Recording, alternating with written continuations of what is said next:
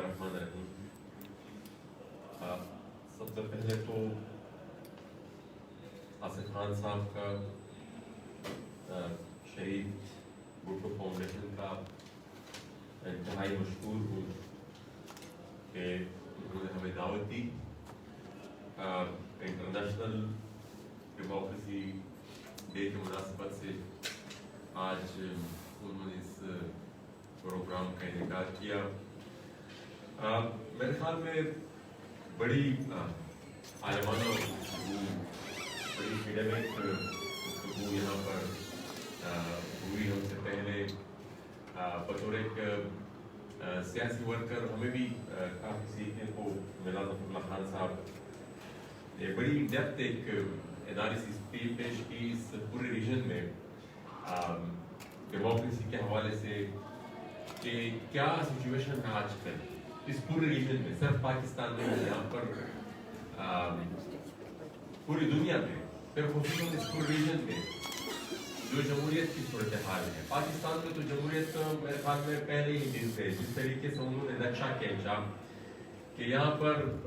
39% ہماری جو لائف ہے اس ملک کی، اس میں صرف جمہوریت رہی ہے. باقی جو 61% ہے یا وہ پوری کی پوری ڈکٹیٹرشپ رہی ہے یا پھر وہ ہائیبرڈ قسم کا رژیم رہا ہے. بہرحال ہائیبرڈ تو میرے خیال میں، بلکہ اس وقت بھی ہم ہائیبرڈ سے بھی کچھ 2 قدم آگے نکل چکے ہیں کہ ہائیبرڈ رژیم یا ڈکٹیٹرشپ میں بھی ہوتا یہ تھا کہ اگر مشرف صدر پاکستان ہے یا ایوب خان یا ضیاء الحق صدر پاکستان ہے تو جو رد عمل ہوتا تھا انٹرنیشنلی یا لوکلی، اس کو بھی وہ لائبلٹی بھی انہیں کے سر پر ہوتی تھی. اب تو انہوں نے ایک ربر سٹیمپ، ایک ڈمی گورنمنٹ بٹائی ہوئی ہے، تو جو کچھ بھی برا ہو رہا ہے تو اس کی ذمہ داری وہی ہے. تو وہ جو لائبلٹی ہے اس وقت، جو معیشت کی صورتحال ہے، جو لا اینڈ آرڈر کی سچویشن ہے، تو اس سے بھی وہ ابھر رہا ہے. بہرحال ڈیموکریسی پاکستان میں پہلے ہی دن سے اس کا یہی حال رہا ہے. اور پھر خصوصاً یہ جو 2018 کا الیکشن ہوا، اس میں جو اس کے بعد یہ پچھلے 3 سال میں ہم نے جو انکروچمنٹ دیکھی ہے، یہ اس کی مثال being a political worker and student of the history, ہم نے اتنی انکروچمنٹ شاید اتنی انکروچمنٹ، اور یا پھر ہم اپنے جو سینئر پارلیمنٹیرینز جو ہیں، جو 30-35 سال اس پارلیمنٹ میں بھی ہو چکے ہیں، تو ان سے جب پھر ہماری ڈسکشن ہوتی ہے تو ہماری جو پارلیمنٹ، ٹھیک ہے ہماری ڈیموکریسی اگر تھوڑی بہت یہاں پر کہیں سسٹم یہاں پر کنٹرول، یہاں پر جوڈیشری بھی کنٹرول ہے، یہاں پر میڈیا بھی کنٹرول ہے، یہاں پر پارلیمنٹ بھی پوری کی پوری ڈیموکریسی کنٹرول ہے. لیکن اس کنٹرول ڈیموکریسی میں بھی میرے خیال میں اب جس موجودہ فیز سے ہم گزر رہے ہیں، تو میرے خیال میں یہ شاید ہی تاریخ کا ایک بہترین دور ہے جمہوریت کے لیے ہمارے ملک میں. ہم اس حالت پر صحیح روشنی ڈال سکیں گے کیونکہ وہ اس پورے پروسیس میں انوالو تھے. بہرحال میں نے وہ اس بل کی ایک کاپی لی ہے ایز اے پرائیویٹ ممبر بل، وہ میں نے جمع کرائی ہے. اب تقریباً 3-4 مہینے ہو گئے ہیں. پہلے طریقہ واردات یہ ہوتا تھا کہ جو ایجنڈا آئٹم ان کی مرضی کا نام ہوتا تھا، وہ پتہ نہیں کوئی 80-85 اور 120 نمبر پر ہوتا تھا، اس کا نمبر ہی نہیں آتا. اس پر بھی متفق نہیں ہو رہی. تو میرے خیال میں پاکستان کی جمہوریت کے لیے یہ انتہائی افسوسناک عمل ہے. یہاں پر موجودہ صورتحال پر اگر ہم نظر دوڑائیں تو ہمارے وکلاء برادری وہ احتجاج کر رہے ہیں، ہمارے میڈیا کے ساتھی وہ احتجاج کر رہے ہیں. پارلیمنٹ کا حال میں نے آپ کو ویسے ہی سنا دیا. اچھا، ایک اور جو نئی چیز ہم دیکھ رہے ہیں، جو نیا فینومنا اب ہم سامنے نظر آ رہا ہے کہ پہلے ایک ادارے کی جاتی تھی اور انسانی حقوق جو تھے ان کو اس کے ذریعے پر سلب کی جاتے تھے. اب یہ جو جوڈیشل ایکٹیویزم ہم دیکھ رہے ہیں اور یہ جو پارلیمنٹ اور آئین پر جو حملے ہو رہے ہیں، جو امپلائیز کو ابھی نوکری سے نکالا ہے، جن کو پارلیمنٹ نے بحال کیا تھا ایک ایکٹ کے ذریعے جن کو بحال کیا تھا، اور وہ اس کو ایک بیک جنبش العلماء ایک سپریم کورٹ کے جج صاحب نے جمہوریت پر بھی ڈاکہ ڈالنے کی کوشش کی گئی ہے. یہاں پر بات ہوئی کہ ایک مہینہ ڈیڑھ پہلے ہمارے یہاں پر ایک ڈیولپمنٹ ہوئی کہ چند لوگ بندوق اٹھائے، چل دوڑے، اور پھر کچھ ریجنل اور انٹرنیشنل پاورز کی سپورٹ سے پوری کی پوری ایک ریاست پر انہوں نے قبضہ کر لیا. یہ جو افغانستان میں ہوا، اور پھر اس میں خصوصاً ایز اے اسٹیٹ ہمارا جو کردار رہا، پھر ایز اے سوسائٹی بھی جو ہمارا کردار رہا، وہ بھی انتہائی افسوسناک ہے. اور وہ اس امر کی عکاسی کرتا ہے کہ کتنی حد تک ہماری رویوں میں جمہوریت ہے.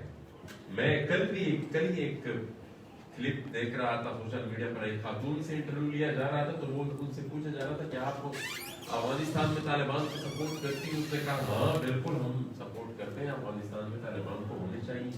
تو پھر ان سے جب پوچھا گیا کہ اگر یہ طالبان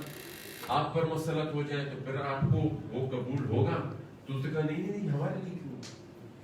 تو یہ میرے خیال میں یہ جو بحیثیت ہے معاشرہ ایک منافقت ہمارے اندر،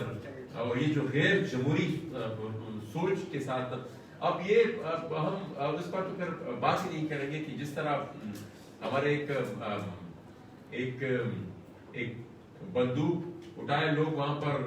قابض ہو گئے، پوری دنیا ابھی تک کسی نے بھی اس کو بہرحال فارملی تسلیم نہیں کیا، لیکن ہمارے جنرل صاحب چلے جاتے ہیں اور وہ وہاں پر مذاکرات کرتے ہیں، اور وہ وہاں پر حکومت کی جو میکنگ کرتے ہیں، اور وہ الزامات جو دنیا ہمارے اوپر لگا رہی ہے، تو وہ انہوں نے اس پر مہر تصدیق ثبت کر دی کہ ہاں یہ جو جتنی بھی یہاں سے دہشت گردی ہوئی، یہاں پر جتنی بھی یہاں سے انکروچمنٹ ہوئی، جتنے بھی یہاں پر یہ جو یلغار ہوا، یہ جو حملہ ہوا، یہ جو غیر جمہوری عمل وہاں پر افغانستان میں ہوا، یہ ہم نے کیا ہے. اٹ واز اے سگنل، یہ ایک میسج کرنے وہ کرنا چاہتے تھے کہ بھئی ہاں یہ عمل ہم نے کیا ہے. وہ اس کے ریپرکشنز پاکستان کو، قوم کو کس حد تک سہنے ہوں گے، تو ان لوگوں کا پاکستان کی قوم سے اور پاکستان کی آنے والی نسل سے کوئی سروکار نہیں ہے، کیونکہ ان کا مقصد صرف اپنے ٹینور کو پورا کرنا ہوتا ہے، اور اپنے ٹینور کے دوران وہ جتنا کچھ کر سکتے ہیں وہ کرتے ہیں. پھر اس کے بعد کوئی امریکہ چلا جاتا ہے، کوئی آسٹریلیا چلا جاتا ہے، یہاں پر تو پھر ہم نے اور آپ نے ہی رہنا ہے. تو ان کی جو سوچ ہے وہ صرف اپنے ٹینور تک رہتی ہے. اور یہ جو اس میں اپنے سیاسی قوتوں کو بھی ریسپانسبل اس لیے ٹھہراتا ہوں کہ ہم نے یہ اسپیس چھوڑا ہے، تبھی انہوں نے یہ، آج وہ الگ سی بات ہے کہ ایک معاشرے میں ولنریبلٹی ہوتی ہے، اور وہ